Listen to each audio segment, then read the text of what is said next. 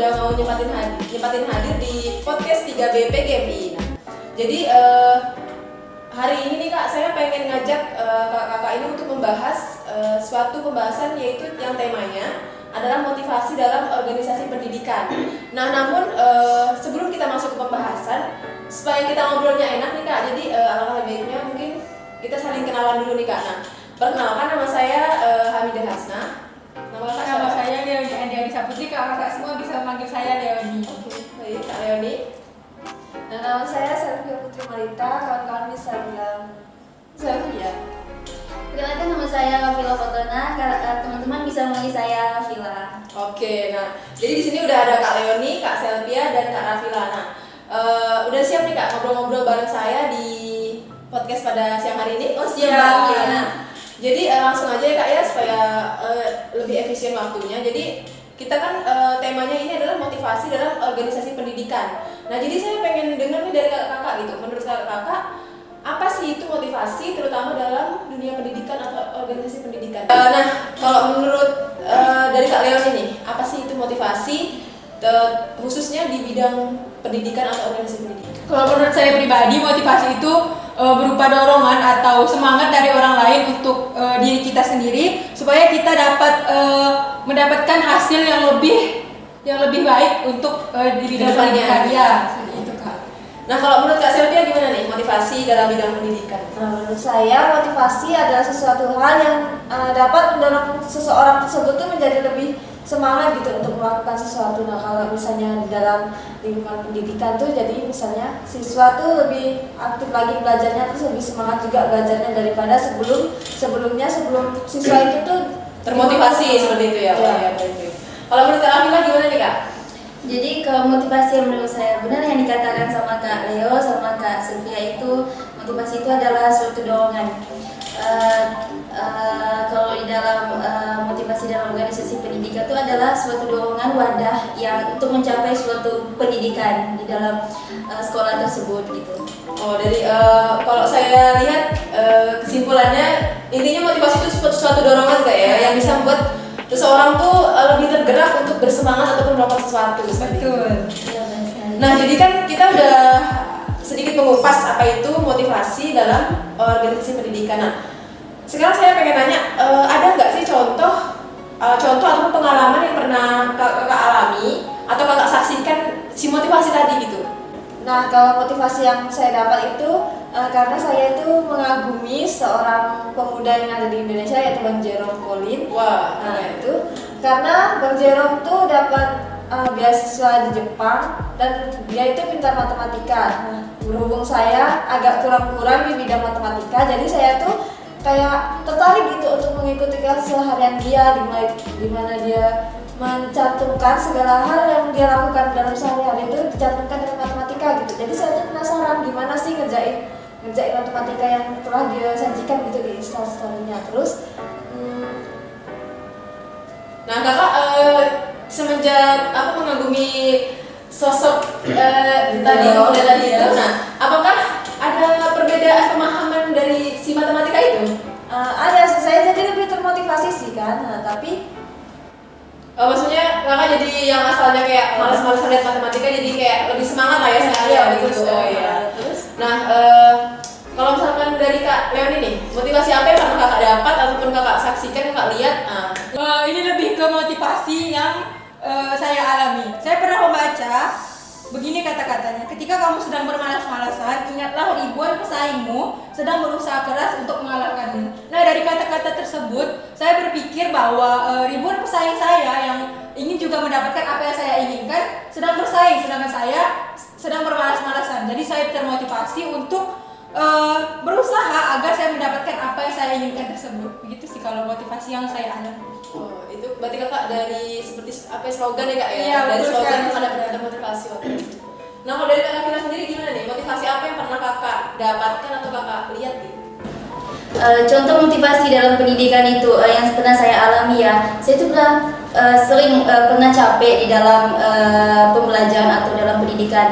Nah, di saat itu orang tua saya itu selalu bilang lebih baik kamu tuh nonton apa namanya video-video yang bisa memotivasi gitu kan. Nah di situ saya mencari di YouTube video-video yang memotivasikan saya untuk rasa capek saya dalam pendidikan itu hilang. Nah salah satunya itu contoh video Maudy Ayunda. Di situ tuh benar-benar saya tuh motivasi sekali. Selain cantik tapi juga berprestasi. Dimana dia tuh kan kuliah sambil kerja. Nah di situ tuh saya tuh kayak mikir, wah ini soal Maudy Ayunda aja bisa di saat apa namanya bisa membagi waktu di mana pendidikan dan di mana pekerjaan. Jadi dapat menyeimbangkan lah. iya dapat menyimbangkan jadi kayak seorang Maudy Ayunda. Nah jadi bisa kita simpulkan jadi kayak nggak cuma fisik aja yang tercantik tapi isi kepala juga ya kak ya. Betul. Nah jadi itu tadi beberapa motivasi ataupun contoh motivasi di dalam pengalaman kakak di sini. Nah baik nih kak, tadi kita udah mengupas sedikit terkait apa itu motivasi dalam pendidikan dan juga contoh-contoh nyata yang pernah kakak ini alami ataupun motivasi-motivasi yang pernah kakak alami. Nah sekarang nih apa ya kak ya untuk lebih mengaktualisasikan semua itu gitu kan. Nah dalam suatu permasalahan itu biasanya ada suatu prinsip sebagai itu berpedoman teguh gitu kan. Nah jadi di sini saya sudah membaca bahwa prinsip-prinsip yang ada dalam motivasi pendidikan itu ada yang pertama yaitu perhatian. Nah jadi di sini perhatian peserta didik muncul karena didorong rasa ingin tahu. Oleh karena itu rasa ingin tahu itu perlu mendapat rangsangan sehingga peserta didik itu akan memberikan perhatian selama proses pembelajaran. Nah jadi dari apa yang sudah saya sampaikan, kalau menurut kakak itu kayak gimana gitu ataupun contoh nyata dari bentuk si prinsip perhatian ini gitu. Nah kalau dari Kak Leoni sendiri gimana nih kak? Iya, ini pengalaman pribadi saya. Saya pernah magang di salah satu sekolah. Kebetulan juga saya mengawas anak kelas 1 SD yang sedang ulangan. Ada satu anak yang duduk di belakang, dia tidak mau bersuara, dia tidak mau kayak ngomong dengan temannya. Murung lah ya. Iya. Sebagai bentuk perhatian saya menanyakan kamu kenapa. Ternyata dia tidak bisa membaca soal ulangannya. Jadi mungkin karena dia malu dengan teman-temannya, dengan teman-temannya bisa baca sedangkan dia tidak. Jadi mungkin sikap dia cuma diam gitu aja. Jadi bentuk perhatian saya menanyakan dan saya memberikan pengertian dan membacakan ulangannya agar dia tidak merasakan malu atau tertinggal. Ya, seperti itu ya. Itu sih kalau pendapat saya yang saya alami. Nah itu dari Kak Leoni. Nah kalau dari Kak Selvia gimana nih kak? Nah, kalau bentuk perhatian yang saya tunjukkan kepada murid adalah kan saya seperti Kak Leoni ya, saya juga pernah magang di suatu sekolah yang sekolahnya itu terletak di suatu desa gitu kan. Nah karena sekarang musim COVID-19, jadi pembelajaran ini kan daring. Nah, tidak semua siswa dan orang tuanya tuh mempunyai HP untuk melakukan pembelajaran daring. Nah, untuk perhatian saya yaitu saya mengumpulkan anak-anak yang tidak memiliki HP tersebut di suatu tempat untuk saya ajarkan secara offline, tatap muka gitu ya. Nah, karena apa? Di desa tuh rumah mereka tuh dekat-dekat gitu. Jadi kalau kita mengumpulkan tuh mudah gitu kan. Jadi tidak seperti di kota yang rumahnya ada di Sepakat, ada di Paris gitu. Jadinya kan jauh kan, susah kita menghubungnya. Nah tapi kan kak seperti yang kita ketahui bahwa himbauan dari pemerintah kan kalau misalkan pembelajaran dari kemarin itu kan memang tidak boleh berkumpul itu. Jadi bagaimana kak? Apakah tidak ada permasalahan gitu saat guru itu mengumpulkan siswa-siswanya gitu? Nah karena sebelum kita melakukan hal itu kita sudah konsultasi juga kan ke kepala sekolah dan orang tua murid gitu. Jadi kita tuh udah sama-sama sepakat gitu karena ini bukan bentuk perhatian dari guru ke siswa saja, tapi ini juga kewajiban seorang guru untuk mencerdaskan anak bangsa. Nah jadi karena kedua belah pihak yang tadi antara kepala sekolah dan pihak terkait orang tua gitu tuh nggak ada yang keberatan gitu kan. Jadi orang tua juga mendukung karena apa? Karena dia juga kayak belum mampu gitu untuk beli HP. Jadi mau gimana daripada anak yang nggak belajar mending dipertemukan gitu, tapi tetap mematuhi protokol kesehatan. Nah mereka itu tetap mencuci tangan dan menggunakan masker serta belajarnya itu tetap jaga jarak gitu. Jadi intinya tetap harus ada konsultasi terlebih dahulu ya kak ya supaya nggak ada permasalahan di nantinya gitu. Oke. Nah Itu tadi tanggapan dari Kak Selviana. Nah, kalau dari Kak Rapila sendiri nih gimana nih Kak tentang prinsip perhatian nih? Kalau misalnya ngambil dari salah satu guru di sekolah tersebut boleh enggak? Oh siap, boleh Iya. Jadi kan sama seperti kayak Kak Leoni sama Kak Selvia, saya pernah mengalami juga magang. Nah di situ itu ada salah satu guru yang dimana saya pernah menanya seperti ini, Bu, ini kok anaknya ini beda ya bajunya daripada teman-temannya. Nah di situ ibu bilang, oh kalau ini tuh bajunya kebesaran atau memang orang tuanya tidak mampu lagi membeli baju. Nah di situ itu guru tersebut tuh perhatian dengan cara membelikan baju, membelikan rok, membelikan kudung. Nah disitulah saya tuh kayak termotivasi apa namanya? Kayak seorang guru tuh harus seperti itu. Iya, seperti itu sebenarnya. Apalagi itu kan termasuk di pedesaan ya. Jadi itu kayak perlu emang dari seorang guru itu untuk perhatian kepada peserta didiknya yang ada di sekolah tersebut. Nah jadi kalau yang saya tangkap dari Kak Rapila nih, bentuk perhatian seorang guru itu tidak hanya maksudnya tidak terbatas dari sebuah pembelajaran aja, tapi terkadang materi juga perlu kita keluarkan ya Kak ya, untuk menunjukkan bahwa seorang guru tuh harus punya perhatian kepada siswanya supaya dia tetap semangat untuk sekolah gitu ya Kak ya. Nah, jadi keren-keren banget ya Kak ya, pengalaman-pengalaman yang mungkin memang pernah kakak-kakak alami ataupun bahkan kakak sendiri yang melakukan itu seperti itu kan. Nah, langsung aja nih Kak, yang kedua nih, nah, prinsip yang udah saya rangkum di catatan saya yaitu ada namanya prinsip berupa motivasi pujian gitu. Nah, maksudnya di sini motivasi yang berupa pujian yang pernah kakak lihat ataupun kakak alami gitu. Nah, seperti apa sih kalau di sini gitu? Mungkin dari Kak Leoni dulu nih Kak.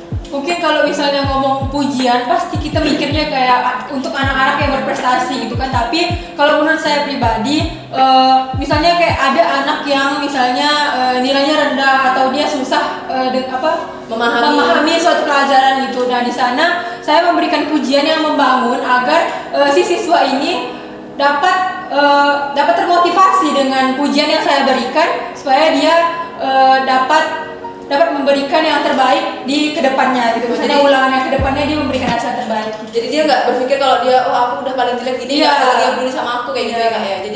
Jadi guru harus kayak adil gitu lah. Jadi nggak harus yang nilai tinggi terus yang dipuji. Iya betul. Nah kalau dari Kak Rafila nih gimana nih Kak? Mungkin agak beda gitu.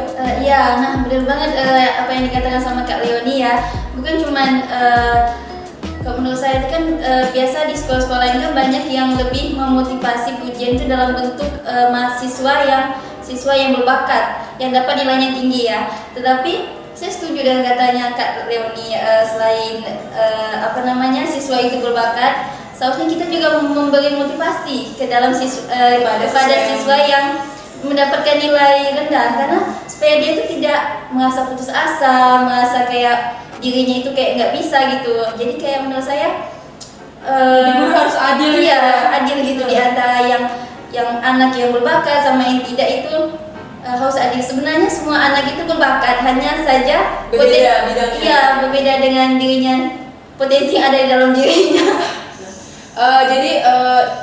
Biasanya juga nih Kak, kalau yang saya tanggap gitu kan, ketika seorang guru itu kan pasti lumrahnya itu kan guru itu memuji yang memang dia berprestasi seperti itu. Nah, kalau menurut saya semakin kita padahal niat kita kan memuji memberikan pujian kepada yang berprestasi itu supaya yang lainnya termotivasi.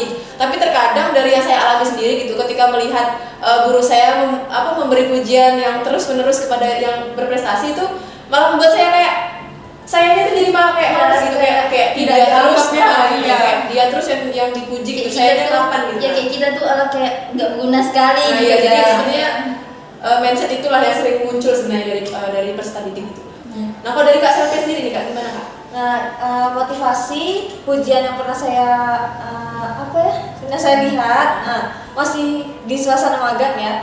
Jadi ada kepala sekolah yang memberikan pujian kepada salah seorang guru karena dia itu disiplin. Nah, kepala sekolah itu tuh menyampaikannya tuh di depan guru-guru yang lain gitu. Jadi nggak hanya di depan satu orang guru tadi itu ya Kak? Iya. Jadi umum gitu ya. Karena di sekolah itu tuh setiap sekolah ada evaluasi. Nah, jadi semua guru tuh berkumpul kan. Nah, pada saat itulah kepala sekolah tuh menyampaikan pujian kepada guru yang disiplin tadi. Karena guru tadi itu datang tepat waktu, bahkan sebelum waktunya mulai pun guru itu udah datang gitu. Oh, selalu paling duluan nih Kak? Disiplin ya. Sangat disiplin sih menurut saya. Nah, jadi menurut saya ujian dari kepala sekolah kepada guru tersebut itu dapat membangun guru-guru yang lain gitu kan. Supaya terdorong disiplin juga itu ya kak ya. Ya, jadi si ibu itu dipuji, jadi biasa aku harus disiplin sama kayak dia gitu. Oh jadi motivasi ini nggak harus selalu ke peserta didik gitu ya kak ya. Jadi seorang pendidik juga perlu dimotivasi gitu ya kak ya. Betul sih. Ya karena sama-sama semuanya itu manusia, jadi yang perlu apa ya, kayak perlu dorongan juga gitu ya kak ya. Apalagi kalau misalnya guru kan dia itu panutan bagi siswa-siswanya. Jadi Ya, kalau misalnya betul. gurunya disiplin, pastilah muridnya juga disiplin juga. Jadi motivasinya kayak berantai lah kak ya, dari sini nyambung sini gitu ya. Betul sekali itu. Nah mungkin satu lagi nih kak, prinsip motivasi yang pengen saya dengar dari kakak gitu.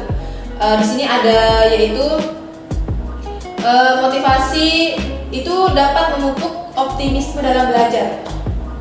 Jadi apa ya, optimis itu kan ketika kita berpikir itu hal-hal yang baik gitu. Jadi kita nggak kayak mikir belum apa-apa udah mikir jeleknya. Jadi kita selalu berpikir yang positif gitu. Itu namanya optimis gitu. Nah kalau dari sini nih kak, gambaran dari kakak gitu kan kayak gimana gitu dalam dunia pendidikan gitu. Mungkin dari kak Rafilanya kak. Nah, kalau menurut saya sih salah satu contoh nih ya di sekolah kan ada siswa yang ingin ikut olimpiade atau lomba. Nah, di situ itu siswa tersebut tuh dia tuh kayak bukan yakin sih, kayak pasti dia tuh lebih memerlukan motivasi gitu. Apakah dia ini kayak dia tuh pasti seorang siswa tuh pasti mikir bisa ndak ya bakal ngikut lomba kayak gini nih kan. Nah, tapi di situ tuh kita sebagai guru atau peserta didik kita tuh saling saling memberikan proses pembelajarannya. Kita ajarkan dia gimana dibimbing iya seperti itu.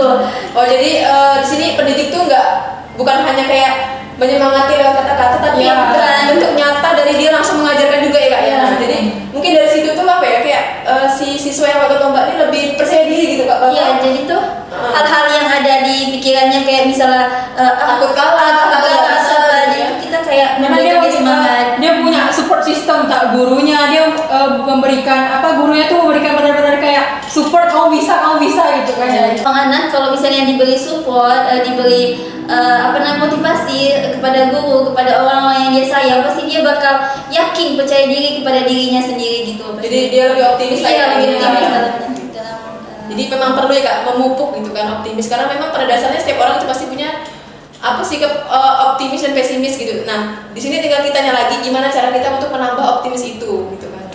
Oke kak. Baik, tadi kan kita udah membincang-bincangkan nih dari apa itu motivasi, apa aja teori-teorinya, apa aja prinsip-prinsipnya seperti itu kan. Nah sekarang kita masuk ke teknik-tekniknya nih kak. Tapi sebelum itu boleh dong kak saya hidup kamera saya nih kak, biar nanti penonton kita juga bisa termotivasi dari video kita ini. Betul, semoga motivasi ya. Oke. Ini belum. Nah, jadi sekarang kita masuk ke teknik-teknik ya kak ya. Jadi di sini teknik-teknik memotivasi dalam organisasi pendidikan itu bisa dikatakan cara-cara gitu ataupun hal-hal yang bisa dilakukan gitu kan untuk memacu motivasi tersebut gitu. Nah, jadi di sini itu yang pertama ada teknik rangsangan atau stimulus. Nah, jadi di sini dari artikel yang saya dapat, seorang motivator itu merangsang kelompok sasaran agar mau menjadi warga belajar untuk mengikuti program belajar. Nah, di sini motivator itu bisa menyediakan hadiah gitu kak, supaya dia ini termotivasi gitu. Nah, mungkin kakak bisa memaparkan menurut pendapat kakak ataupun berdasarkan pengalaman yang pernah kakak lihat gitu. Mungkin dari siapa? Oke, siapa? Kalau menurut saya gitu kan, kalau menurut saya pribadi, kalau misalnya saya menjelaskan nih di bawah tulis ini menjelaskan Jadi posisi kakak ini sebagai guru. Nah, ya. Nah, kemudian saya memanggil siswa kayak siapa nih yang bisa mengerjakan di sini? Tapi banyak sekali pasti siswanya kayak malu atau dia tidak tahu jawabannya. Salah juga, itu. ya. Terus karena tidak ada yang mau mengerjakan yang apa yang telah saya jelaskan di depan tadi, saya memberikan stimulus, yaitu berupa hadiah supaya mereka terpancing atau termotivasi untuk mendapatkan si hadiah ini dengan imbalan mengerjakan tugas yang telah saya berikan. Nah, tetapi walaupun mungkin ada 1-2 siswa yang bisa mengerjakan tugas yang telah saya berikan dan kemudian saya berikan hadiah, tetapi di sini bukan saya mencari yang siapa yang bisa menjawab dengan benar, tetapi bisa keberanian yang lebih saya cari. Walaupun si siswa ini salah mengerjakannya di depan, tapi saya tetap memberikan reward gitu, memberikan hadiah yang telah saya janjikan tadi itu. Tapi jadi dalam kasus ini saya lebih memberikan hadiah, memberikan stimulus berupa hadiah untuk memacu keberanian mereka, itu aja sih. Tapi keberanian dari diri siswa ini sangat penting sih, karena apa? Ada siswa kadang ya, dia tuh tahu jawabannya, tapi tuh dia tuh tidak berani gitu. Iya, karena takut salah tadi gitu kan kak. Takut kena malah guru juga Iya. ya. Nah, berarti di sini keberanian itu juga jadi salah satu motivasi yang perlu itu ya kak ya, Yang ada ditanam di dalam diri kita. ditanam juga gitu, karena banyak memang kemampuan peserta didik itu yang tenggelam karena tenggelam karena mereka sendiri ya. Oke betul. Mungkin itu tadi teknik dari rangsangan atau stimulus itu ya kak ya. Mungkin sekarang ada juga teknik lain, yaitu teknik sanksi seperti itu.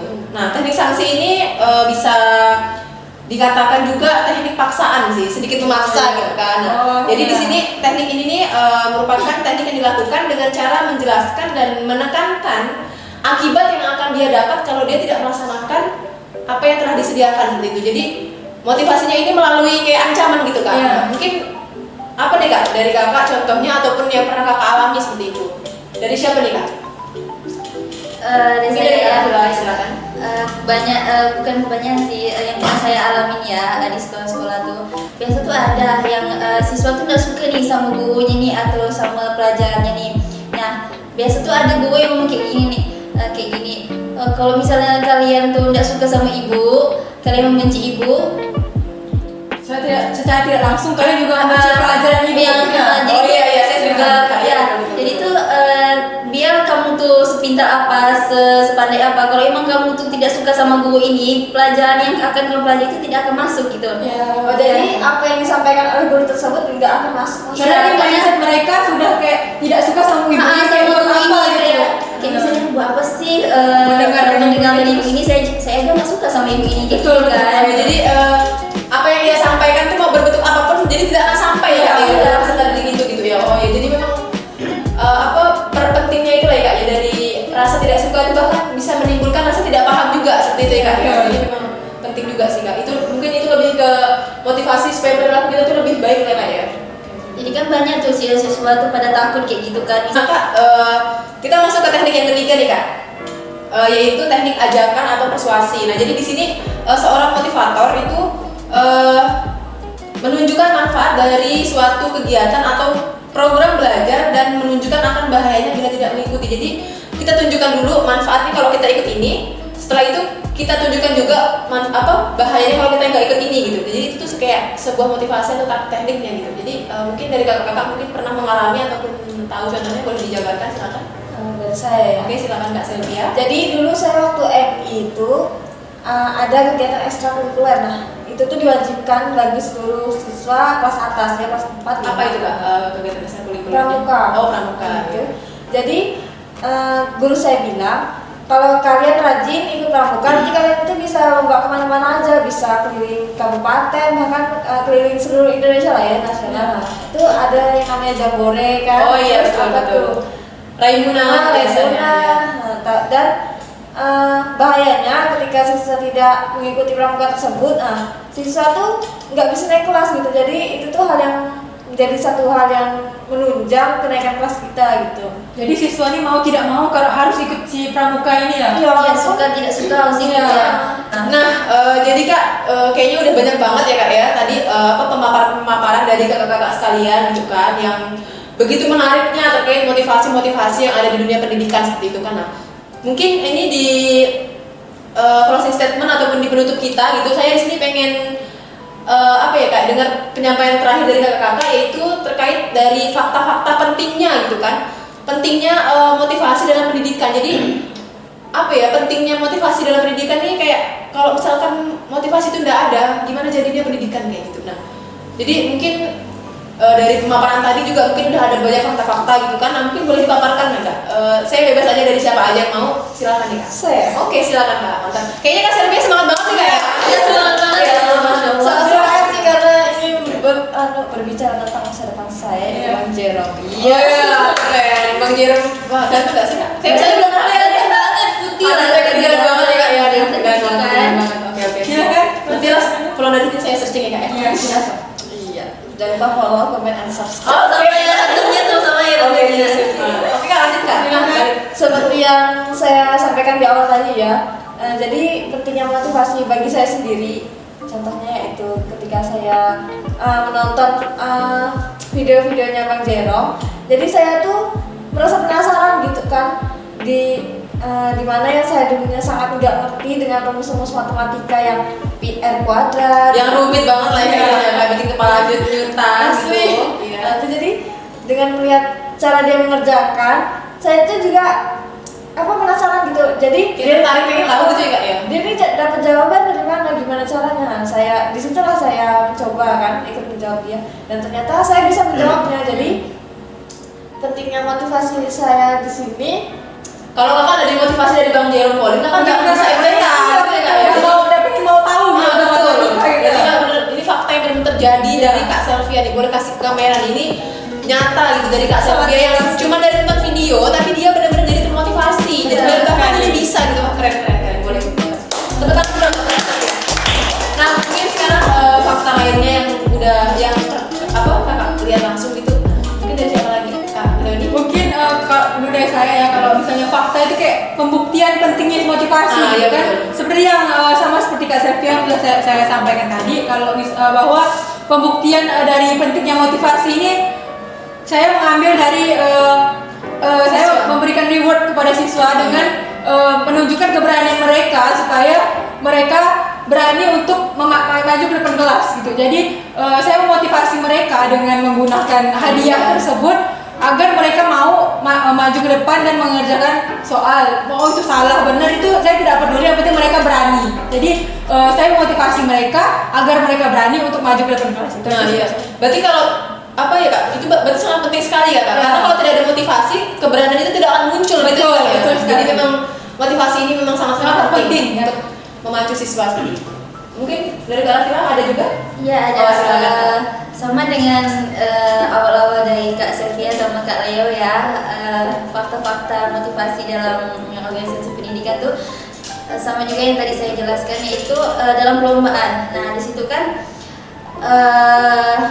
seorang siswa itu butuh dorongan dan motivasi. Iya, betul. Nah disitulah para siswa tuh kayak Aku membutuhkan motivasi support motivasi system, dari staf-staf sekolah di sana, terutama guru. Betul. Nah Jadi motivasinya ini dalam bentuk apa nih kak? Yang dalam kita bentuk proses belajarnya, dalam Oke. bentuk Dukungan terhadap terhadap siswa, siswa ya, juga, ya. juga. Jadi itu dia lebih kayak termotivasi sekali di dalam perlombaan tersebut. Lebih optimis mereka Ya, akan menang gitu ya. Oh, iya. Jadi di sini pentingnya motivasi ini, kalau misalkan nggak ada motivasi, mungkin keoptimisan si siswa ini tuh kayak lebih kurang gitu. Karena optimis dalam perlombaan itu penting ya kak ya. Kayak menambah menambah volume kita untuk Percaya diri betul. seorang anak untuk mengikuti lomba tersebut. Keren sih ini. Saya menangkap fakta-fakta yang terjadi di dunia pendidikan itu yang nyata gitu kan. Ini sangat-sangat keren gitu ya kak ya, dan memang motivasi ini tidak bisa kita hilangkan dari kehidupan kita di dunia pendidikan gitu. Karena kalau nggak ada motivasi, mungkin kayak pendidikan kita itu kayak cuman berjalan gitu-gitu aja, nggak ada peningkatannya gitu ya kak ya. Oke. Ya kita pun pasti dari kecil sampai kapanpun pasti bakal ada tuh motivasi. Bakal Tapi terus ya, kan ya. karena Kita butuh dimotivasi dan kita juga harus memotivasi orang lain seperti itu. Nah itu baru paling keren. Mungkin boleh tepuk tangan dulu sama kita. Jadi kalau menurut saya ini adalah pembahasan yang sangat menarik dan bahkan bisa dikatakan paling menarik dalam podcast saya selama ini gitu kak. Karena biasanya kan podcast itu membicarakan tentang isu-isu berita-berita zaman sekarang, tapi ini dalam pendidikan gitu kak. Jadi semoga podcast ini dapat bermanfaat dan tentunya juga memotivasi orang lain seperti itu. Karena kita bahas motivasi juga, semoga bisa memotivasi juga seperti itu. Nah mungkin ada nggak kata-kata terakhir dari kakak yang ingin kakak sampaikan di video podcast saya hari ini untuk semua penonton yang ada di luar sana kak, terutama adalah di dunia pendidikan gitu.